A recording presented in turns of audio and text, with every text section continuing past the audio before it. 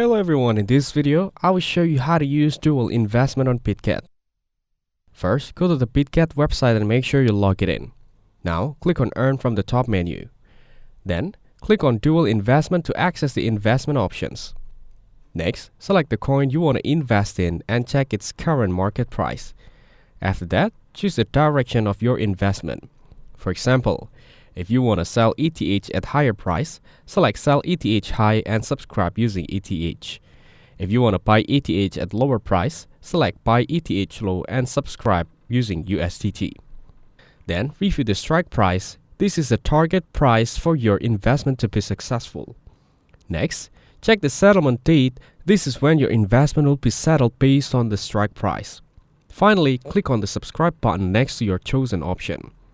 Your dual investment is now active and will be settled on the selected rate depending on market performance.